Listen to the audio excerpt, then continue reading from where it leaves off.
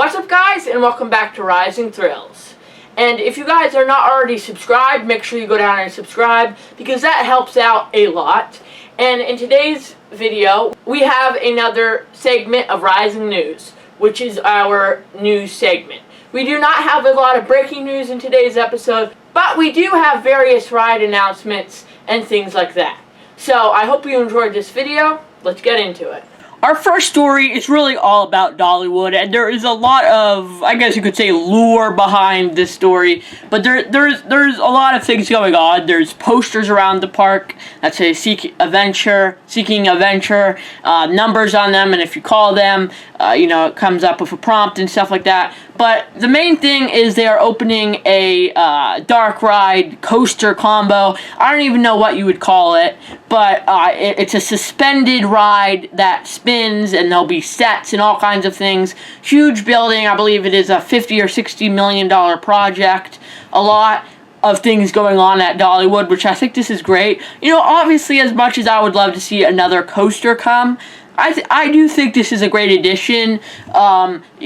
Something else besides the coaster, they did just open Big Bear Mountain fairly recently, and it is nice to see a good dark ride come to this park because Hershend really can do good dark rides, I believe, and I think it's just great for the amusement industry. Show us what we can see with dark rides in the future, and I think this is great to see them adding something, a dark ride. I think it's good. It's not the best thing because, they're building a huge building, but what can we do? And obviously it's not a coaster, but I feel like their next coaster is probably sooner than we think.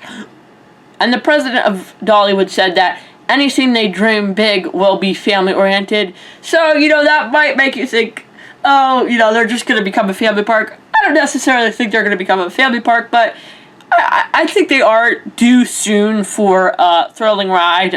Lightning Rod was obviously a great ride from what it sounds like. They definitely could use another ride to, another ride so they have a two-coaster combo, a great combo, Lightning Rod and another, maybe Intamin or something like that. That would be a great fit together and make a great combo.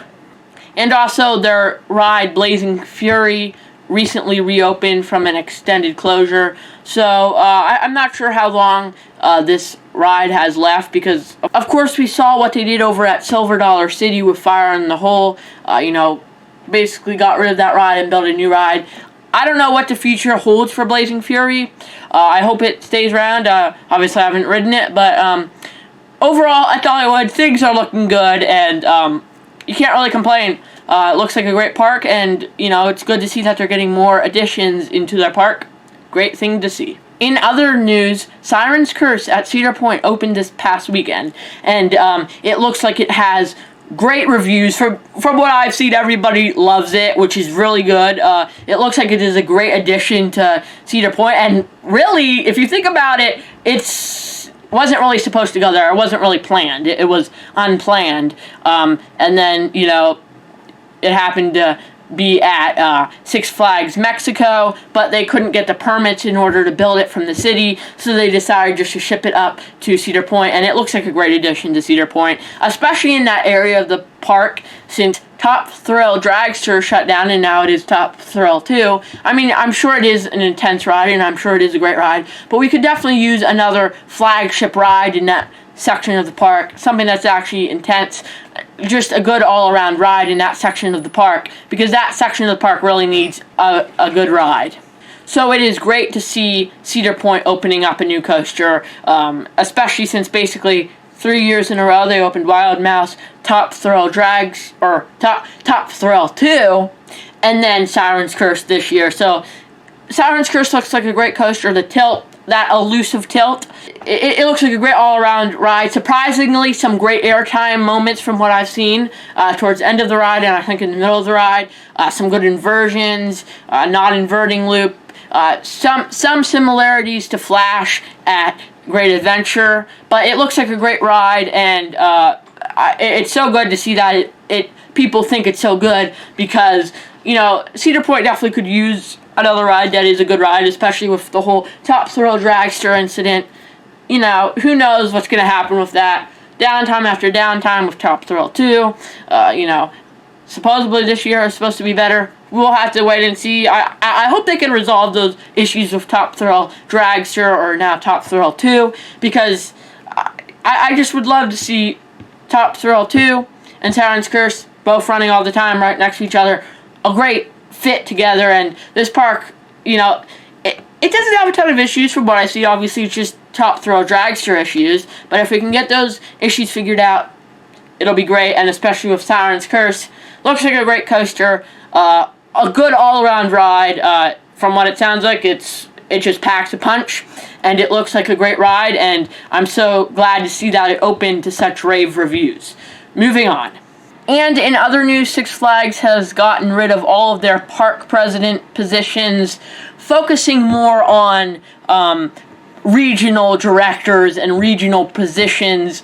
I believe they still have park managers, I guess you'd call it park general managers, but you know, they've gotten rid of that status of park president, which, I mean, it's good and bad. It's, you know, it's bad because then they're laying off people, and I believe it's not just park presidents. There's some other positions that they have gotten rid of. It's bad, you know, because you're laying those people off, but it's good, you know, in some ways, because obviously it's saving money for the chain. I mean, other than that, there's not a ton, you know, pros and cons.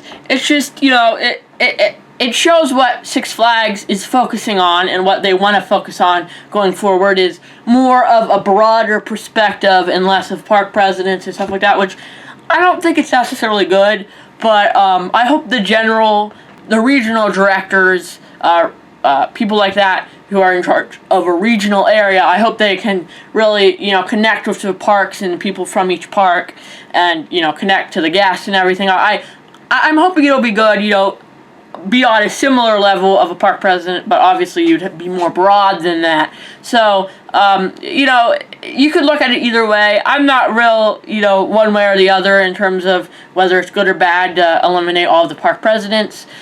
But at the end of the day, if they do it right, like I say all the time, and, you know, if the regional directors really engage with guests and, you know, ride operators and people at the parks, then it could be good. But on the other hand, if they don't, they just focus on one park, or they just don't care about each individual park and they're more of a broad thing, that could be bad in terms of not engaging with the people at the park. But also then they can think of the broad thing in a good way, you know, to be able to have a broad perspective and be able to have each park have equal investments. Because the way it was before, basically, was the chain their money would come up, and or the first park that could get to the money would be able to get the money to put into investments, new rides, new infrastructure, new restaurants, and things like that within each park.